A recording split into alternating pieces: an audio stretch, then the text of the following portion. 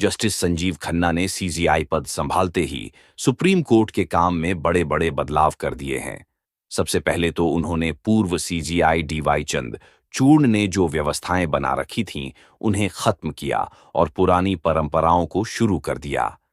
चंद्रचूड़ के एक के बाद एक 3 फैसले पलटे गए। सीजीआई खन्ना जिस तरह से काम कर रहे हैं, उससे सबसे ज्यादा डर अगर किसी को लग रहा है तो वह मोदी सरकार को ही लग रहा है, क्योंकि जस्टिस खन्ना के पास चुनाव आयुक्तों की नियुक्ति का मामला भी अभी पेंडिंग है, जिस पर वह अगले 6 महीने में फैसला सुनाने वाले हैं।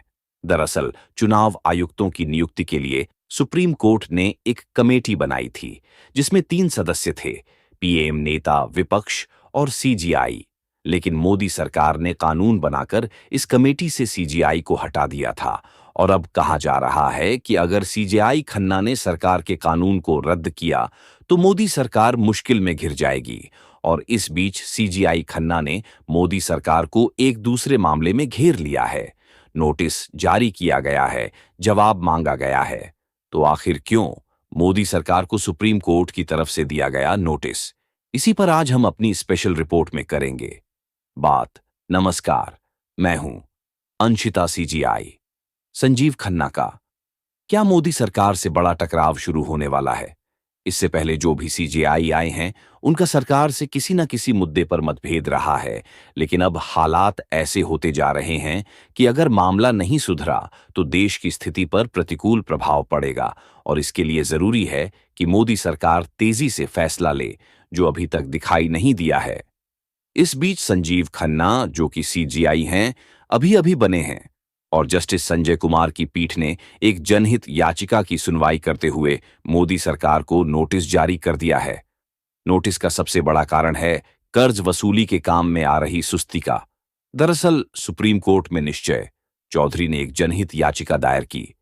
याचिकाकर्ता की तरफ से कोर्ट में पेश सीनियर एडवोकेट के बी सुंदर राजन और वकील सुदर्शन राजन की दलीलें सुनकर कोर्ट ने केंद्रीय वित्त मंत्रालय से जवाब मांग लिया है।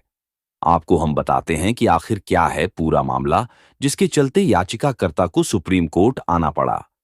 दरअसल देश में 39 कर्ज वसूली न्यायाधिकरण यानी डीआरटी हैं, लेकिन इनमें लगभग 1/3 न्यायाधिकरण यानी ट्रिब्यूनल के पीठासन अधिकारियों की नियुक्ति नहीं की गई है, जिस कारण फिलहाल काम नहीं हो रहा है।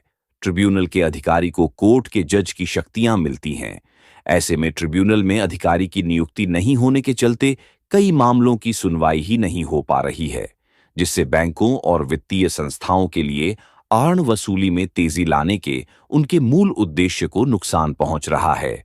डीआरटी की स्थापना बैंकों और वित्तीय संस्थानों की बकाया राशि की वसूली अधिनियम 1993 के तहत की गई, ताकि बैंक और वित्तीय संस्थान उधार लेने वालों से डूब कर्ज की वसूली कर सकें। याचिका में दावा किया गया है कि 30 सितंबर 2024 तक 11 डीआरटी बिना पीठासीन अधिकारी के हैं, जिससे मामलों को कुशलतापूर्वक निपटाने की उनकी क्षमता पर गंभीर असर पड़ रहा है। याचिकाकर्ता ने दलील दी कि इस निष्क्रियता के कारण 1993 के कानून का उद्देश्य निष्फल हो जाता है, जिसे समय पर कर्ज निर्णय और वसूली सुनिश्चित करने के लिए लागू किया गया था। जनहित याचिका में इस बात पर भी जोर दिया गया है कि त्वरित न्याय संविधान के अनुच्छेद 14 और 21 के तहत एक मौलिक अधिकार है और 2020 में जिला बार एसोसिएशन देहरादून बनाम ईश्वर सैंडल के मामले में सर्वोच्च न्यायालय ने इसे मान्यता भी दी है। जनहित याचिका में वित्त मंत्रालय को निर्देश देने का अनुरोध किया गया है कि वो डीआरटी में पीठासीन अधिकारियों के चयन और नियुक्ति से संबंधित रिकॉर्ड पेश करें, ताकि इन रिक्तियों को दूर करने में सरकार की गंभीरता का मूल्यांकन किया जा सके। इसमें केंद्र को मौजूदा रिक्तियों को समय पर भरने और भविष्य में नियुक्तियों में देरी को रोकने के लिए तंत्र स्थापित करने का निर्देश देने का भी अनुरोध किया गया है। अंतरिम उपाय के तहत जनहित याचिका में यह निर्देश देने का अनुरोध किया गया है कि सेवाओं में आने वाली रुकावट को रोकने के लिए गैर कार्यात्मक डीआरटी की शक्तियां दूसरे न्यायाधिकरण में शामिल की जाएं। जनहित याचिका में कहा गया है कि न्याय के हित में डीआरटी के कुशल कामकाज को संरक्षित रखने के लिए कोई और आदेश जारी करें। याचिका की सुनवाई के बाद सुप्रीम कोर्ट की तरफ से केंद्रीय वित्त मंत्रालय को नोटिस जारी करके जवाब तलब किया गया है और इसी के बाद से कहा जा रहा है कि ऐसा ना हो कि मोदी सरकार और नए सीजीआई के बीच टकराव शुरू हो जाए। अब इन सब के बीच में सबसे बड़ा सवाल ये है कि यह मामला सिर्फ डीआरटी का नहीं है, बल्कि और भी कई ट्रिब्यूनल में पीठासीन अधिकारियों की नियुक्तियां नहीं हुई हैं, यानी यह लटका हुआ है। मामला हाई कोर्ट के हाल तो और भी खराब हैं। कई हाई कोर्ट्स में तो जज के आधे पद खाली पड़े हुए हैं। भारत के सबसे बड़े high court Uttar Pradesh high court में भी जजों के आधे पद रिक्त पड़े हुए हैं, यानी कि खाली पड़े हुए हैं। और इसी के चलते हाई कोर्ट में पेंडिंग केस की संख्या दिन पर दिन बढ़ती जा रही है। हाई कोर्ट तो दोहरी चुनौती का सामना कर रहा है। पहला तो जज की पद खाली पड़े हैं और दूसरा कई जज समय पर कोर्ट ही नहीं पहुंचते। सुप्रीम कोर्ट के जस्टिस बी.आर. गवाही तो हाई कोर्ट के जजों के कोर्ट रूट में लेट आने को लेकर चिंता जता चुके हैं। उन्होंने तो यहां तक कहा कि कोर्ट का समय सुबह 10:30 से शुरू होता है, लेकिन कुछ जज सुबह 11:30 बैठते हैं और 12:30 उठ जाते हैं, जबकि कोर्ट का समय 1:30 बजे तक होता है। इससे भी ज्यादा आश्चर्य की बात यह है कि कुछ जज तो सेकंड हाफ में सुनवाई के लिए बैठते ही नहीं है। जस्टिस गवाई ने हाई कोर्ट के जजों को सुप्रीम कोर्ट में प्रमोशन के लिए प्रचार न करने की भी सलाह दी। उन्होंने कहा कि ऐसा करना कोर्ट के सिद्धांतों के लिए हानिकारक है। अब यह तो हुई एक बात। अब दूसरी बात यह है कि निचली कोर्ट हो या हाई कोर्ट, हर जगह जजों की कमी है। निचली कोर्ट में जजों के 20 पद खाली हैं, तो हाई कोर्ट में यह संख्या 32 तक पहुंच जाती है। सुप्रीम कोर्ट के हालात फिर भी ठीक हैं, क्योंकि यहां पद खाली होता है तो कुछ दिनों बाद उसे भर भी दिया जाता है।